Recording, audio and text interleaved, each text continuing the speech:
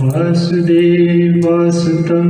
देवं कंसचानूर्यमर्दनं देवकी परमानन्दं कृष्णं वन्दे जगद्गुरुं वासुदेवासुतं देवं कंसचानूर्यमर्दनं देवकी परमानन्दं कृष्णं वन्दे जगद्गुरुं वासुदेवासुतं देवं कंसचानूरमर्दनं देवकी परमानन्दं कृष्णं वन्दे जगद्गुरुं. Good evening and welcome to the 6th day of the Gita Jayanti celebrations. I'm delighted and happy to share with you a little bit about what this chapter is all about. Lord Krishna starts the chapter by saying that he who undertakes the prescribed duty is even higher than the sannyasi. How is that possible? We would think a sannyasi is the highest, but he says no, it's a prescribed duty. And the way he explained it was that this whole process takes step by step. We don't become sannyasis automatically. It's a gradual step-by-step process. And this process is such that initially, in the first stage, the giving up of desires but acting is the sadhana, is the way to do it. So we act, and the action is the sadhana, is the way to reach the top. But after a certain stage, when you go to higher level, it is the cessation of activities that become the sadhana. So initially, when you do work, it is the sadhana, it is the path. After some time, when you give up the activities, it becomes a sadhana. So it's a gradual process, like coming up the stairs, you're going to go one step of stairs and then another step of stairs. If we think that we can just give up everything and sit somewhere and become attached to the Lord, it is not possible because you have to go through the process. Because the mind, according to Lord Krishna, is very, very difficult to control. And the mind, because it cannot be controlled, can be the greatest enemy. And if it is controlled, it becomes the best friend. And then he goes on to explain to Arjuna what happens when we control the mind. What is the experience somebody gets? And goes on to explain about the yogi, how the yogi goes through many, many steps and stages, seeking out a secluded place, sitting upright, controlling the breathing, ensuring that the focus of the mind is on the Lord, and ultimately, when he reaches that stage of the highest platform, what happens? And that time, Arjuna asked very interesting questions to clarify the doubts Arjuna has at this point in time. And then the Lord explains and clarifies the doubt and ends the entire chapter by explaining what is meant by the yogi. So this is a very beautiful chapter that goes step by step, explaining the stages that we have to go through to reach. I am going to share with you certain things that are important, which we can understand from our perspective to put everything in context in our lives. And this is in accordance with what has been discussed in this chapter when Lord Krishna spoke to Arjuna, so that we can relate to it. So I'll be covering basically 4 things. What is the mind? Why is it needs to be controlled? How is it we can control our mind? And what happens at the stage when we can finally control the mind? These are 4 very important questions we have to ask ourselves if we want to progress ourselves spiritually. So the mind is really the junction between the soul and the body. It is like a very subtle interface between the two. It is through the mind that the soul experiences the world. And the mind is very easily agitated. And it agitates the person as well as maintains the level of agitation. Why is the mind is so easy to agitate? It's because Arjuna described the mind beautifully when he said, the mind is restless. The mind is very strong.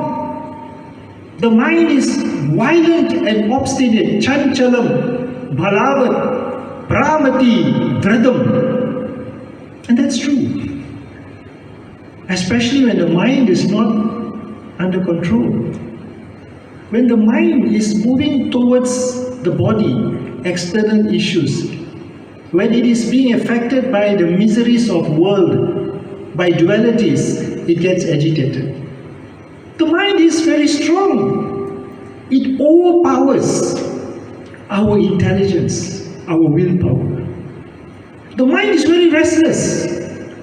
It cannot be controlled. It goes from this corner to that corner to that corner and keeps moving. Even when you're sleeping, the mind is still working. The mind is very obstinate. If somebody hurt you many years ago, till today you feel the hurt. Because the mind reminds you, this happened, she said this, he said that. Hits you, makes you feel so bad. So the mind is powerful, is obstinate, is very fickle, keeps moving around. And the more the mind is uncontrolled, the more we become controlled by the mind. And this is actually the root cause of people succumbing to lust, to anger, to greed, because they cannot control the mind. That is why Lord Krishna told Arjuna, Nātmanastu shatrate. If you don't control the mind, it becomes your enemy. But if you can control your mind, it becomes your best friend. The question, how to control the mind? What is that we need to do? Lord Krishna has told Arjuna, control the mind, and he also gave the formula.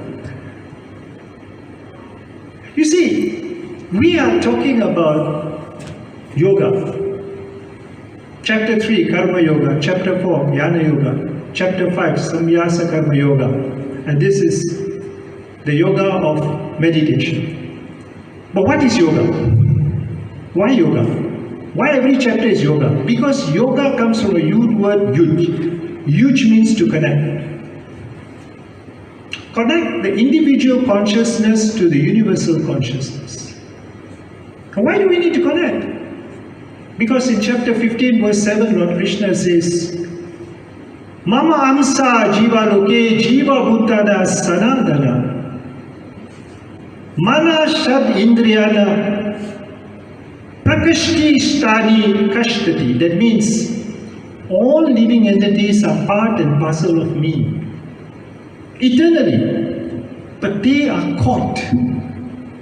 They are caught in the material nature, in the influence of Maya, and they are suffering, kashtati, they are suffering. So, obviously, he is telling Arjuna that there is a need to go back, to unite back to the universal consciousness. So the mind has to change the default programming from focusing outward towards misery to focusing inward. And today we're going to talk about the journey inward. So when Lord Krishna tells Arjuna about what a yogi has to do, actually he's referring to a very structured, systematic process called Ashtanga Yoga. Ashtanga Yoga is an 8-step process. The first step, the first most important requirement is yama. Yama means control. social etiquettes, don't lie, don't cheat, don't steal. That is actually restricting people, restraining people from doing things. How can restraining people elevate people? Why do we say don't do this and don't do that, and then we say by not doing this you rise? How is that possible? Think of a kite. Why does a kite fly? It flies because it is being restrained. It flies because it is being restrained by the string. And because we hold the string, the kite can go up. If we cut the string, what happens to the kite? It falls down. It is the restraint that allows the kite to fly. And the kite knows it.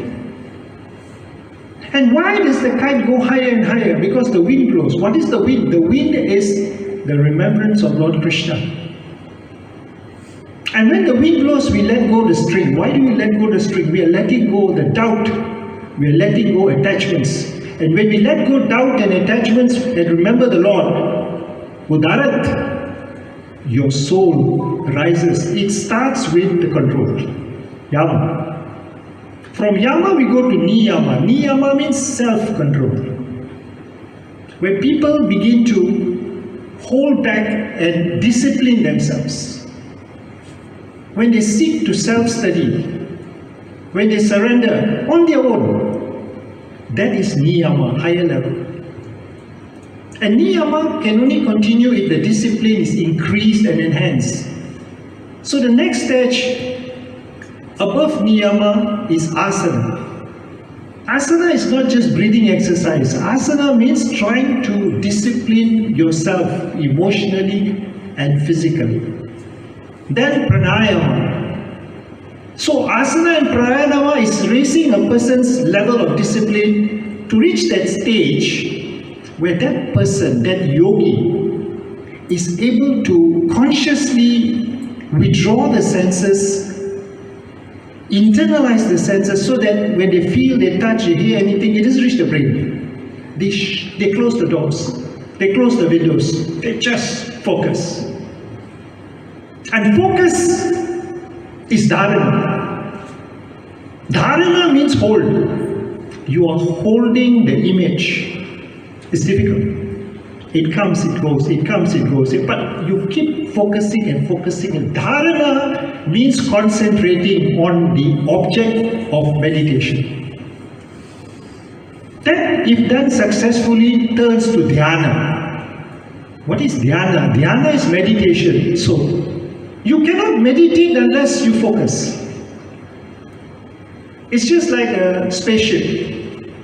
When the spaceship leaves the Earth's gravity and goes into space, people in the Earth have to make sure the spaceship follows a certain trajectory. Slightly goes out, bring it back, goes out, bring it back. That is called control. Just like you control the mind to make sure it's in a trajectory. Dharana.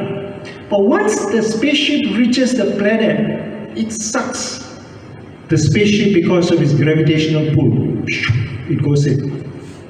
That is dhyana. That is when you don't need to concentrate. You don't need to move it here and there. It is automatic. It's like an automatic car. That's because the Lord attracts the mind. Just like honey. When we take honey out of the box or the tin, it goes, it doesn't break. Similarly, a person who is in an inner state of meditation just meditates without effort. And this goes on and on. So the first four stages, Yama, Niyama, Asana, and Pranayama are the initial stage. That is why the Lord says, do the work. Because you have to learn how to control your senses. And he who does the work, prescribed duty without being attached, is actually on the stage of becoming yogi. Because you have to handle the issues regarding the gross body before we go to the subtle body. So once we have passed that stage, then it becomes a higher level. That's when we go into dharana, dhyana, and finally samadhi. So what is samadhi? Samadhi is a Sanskrit word that comes from two words, sama, adi.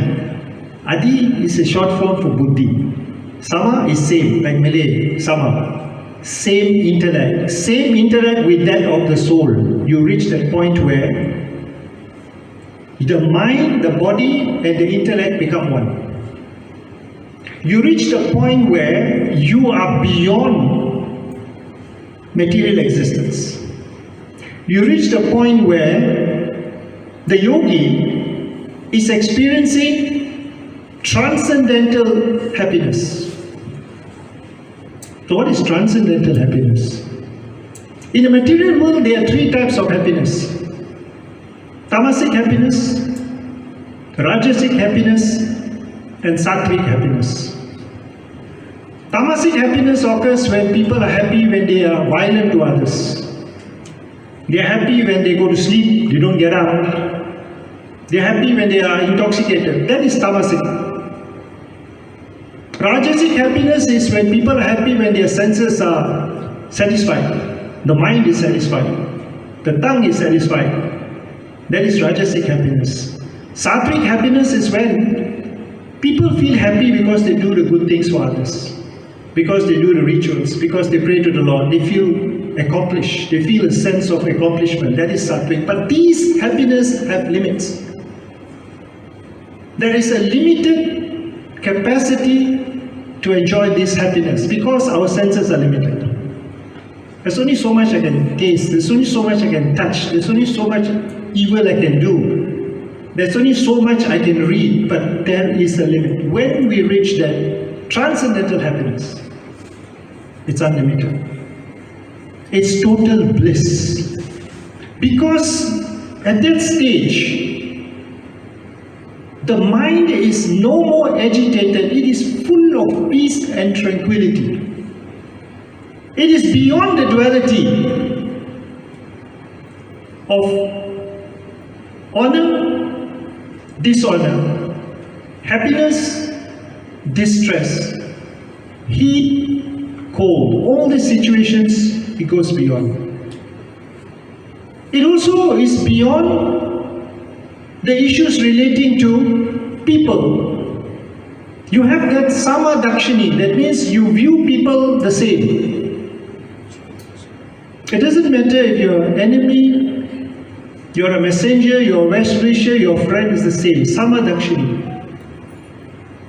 Even objects. According to Lord Krishna, you can look at a pebble, a gold, it's just the same. To that person, it's like a state of neutrality. And such people have reached that stage where the mind, the self, witnesses the self within the self. The self witnesses the self within the self. What does that mean? It means the mind sees the soul in the soul. That is the heights of purity. Because as the process of meditation takes place, the mind becomes purer and purer. And that purity reaches a point where the mind can see what we cannot see now. It's like muddy water. When you take water that's muddy in a container, you can't see the water, you can only see the mud, the color. But when you put alum is a chemical that absorbs all this mud. You can see the water. So as we remove the impurities, the purity emerges. And that purity is Sat Chit Anand, the purity of the soul, which is relished. And once that is relished, according to Lord Krishna in this chapter, nothing else matters. Because the yogi has reached that stage where he's so detached that to him, the world doesn't matter anymore. And that is liberation. That is moksha. That is when the person is truly liberated and never comes back.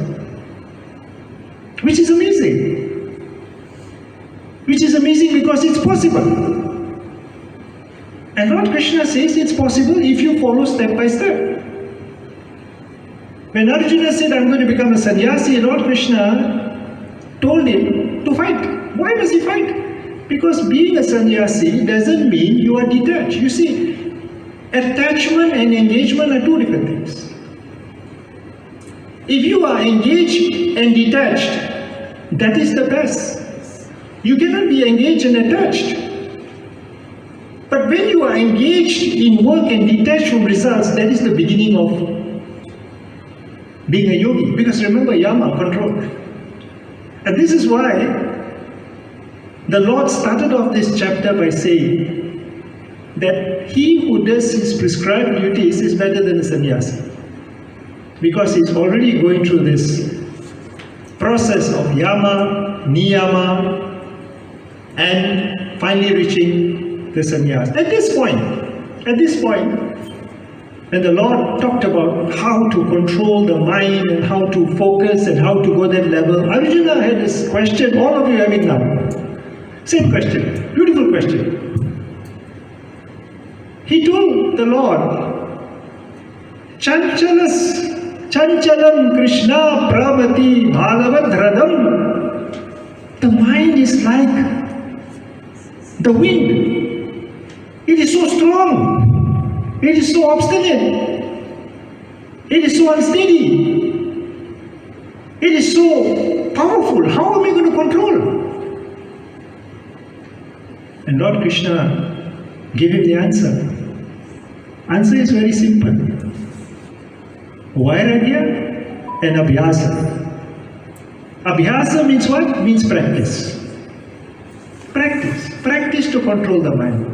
Practice to detach. Vairagya means renunciation. Remember, we renounce, we practice the renunciation. How do we do that practically? How do we renounce and be detached from our mind in a practical sense? I mean in day-to-day activities. Very simple. You have to mentor the mind and monitor the mind. What does monitor the mind mean? Watch where your mind is going. The minute it's going to somewhere, you shouldn't bring it back. That is monitoring the mind. That requires you to detach from your mind. That's why he used the word vairagya, renounce. Don't be connected. Don't think your mind is you. No, the mind is something else. And vairagya means continuously detach. How to continuously detach? You have to mentor the mind. Association, reading the Bhagavad Gita, paying attention to scriptures. You are actually realigning the mind and reprogramming the mind such that you are going towards the Lord. The mind is going towards the soul, not going towards the body. So these are the two suggestions, practice and detachment. Then another question, very beautiful question Arjuna asked. He says, okay, fine. So you're going to go through all this. Hey, what happens if I try all this and finally I don't make it? That's a brilliant question. You know, I go to engineering course, I study for 3 years, finally I fail. Then what's going to happen? I'm not going to get a degree, I'm not going to pass, and what I wasted all my time, right? It's a great question. Lord Krishna told him, whenever somebody undertakes a pious activity with Shraddha, that is never lost. That is taken with you. So when the person dies, he goes to the abode of the pious, enjoys life, and when that abode of the pious, when that life is finished, he comes back to earth and is born in a family that is pious. Sometimes if he's really good, he borns in a family that already has got high yogic capabilities. They are already connected to the Lord. But still, the chance to continue is there. That is the promise the Lord gave. Whatever little we do, it is added on. It's not deleted. It's like money you put in the bank, it's in the bank. But whatever else we do is deleted. So this is a very lovely statement the Lord said, and told Arjuna, don't worry, carry on, practice, continue practicing. This will never be wasted. And finally, the Lord summarized the entire discussion by describing very beautifully who is the best yogi. First he says the yogi is better than the tyagi, better than the aesthetic, better than that. A yogi is a person who engages in yoga, who wants to connect the individual consciousness with the universal consciousness. And he is better than a tyagi. Tyagi is just a renunciate. Because when you renounce, physically you may be renounced, but mentally, the mind is so subtle, if you don't control it, the whole point of renunciation is lost.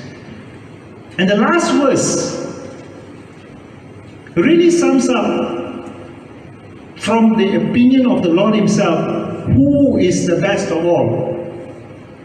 And the answer is, he who thinks of me. He who faithfully devotes his life to me. To that person, in my opinion, is the best of all. So, this chapter is about reprogramming the mind from being drawn towards the outward temptations of material existence to reverse into the other direction. It is a journey inward. A journey inward that requires a vehicle, and the vehicle is the mind, which needs to be controlled. And to control it, we need to practice. Practice again and again and again until we get it. And in the process, we need to renounce attachments. Therefore, the connection between the individual and the Lord is enhanced and can be enhanced. So the big takeaway from this chapter is that yes, you can control the mind, and yes, you should control the mind. And we all should try our very best to control the mind if we want to seek peace and tranquility, if we want to go beyond the dualities of existence. Many ways we can do that. Chanting, we can read the Bhagavad Gita aloud, and that will definitely lead to Shanti. Thank you very much, and I hope you enjoy the continued sessions that we are going to have moving forward. Jai Sri Krishna.